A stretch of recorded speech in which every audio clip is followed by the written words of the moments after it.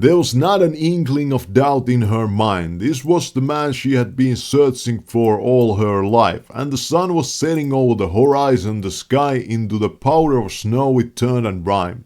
The price was now half off and she had been asked to stop whatever she was doing right now and pay attention to the nature around. Leaps and bounds did he make in a short time while crossing the lake. This was the 50th take in the movie The Scene, and the director was getting angry at me. "Can't you get it right?" he yelled. "I'm gonna do it alone and become a YouTuber instead." I decided in that moment, collaboration, working with others, it's just not for me.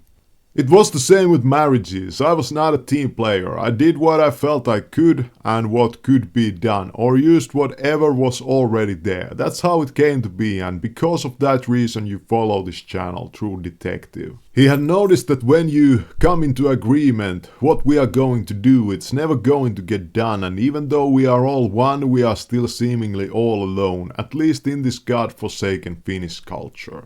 The nature around, though, it had its moments, due to the light from the sun, that too was singular. It was not very thought out, how trees and rocks were placed, it was all random, or so it seemed. God meanwhile had a reason for everything being. And she saw it in a dream, a vision of the past, with the matching world for this man, and she wondered how she could send him there, so he would arrive in one piece, without a scar or a tear. But fear, it had taken a hold of the land, and even the power seemed to slip away from the most high and mighty men.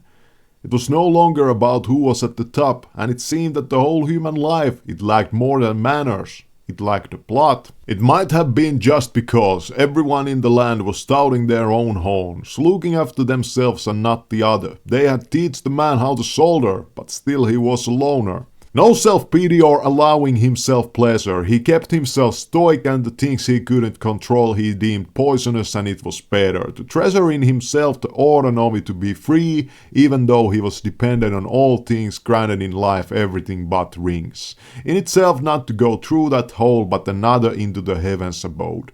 So he kept walking alone. Just alone.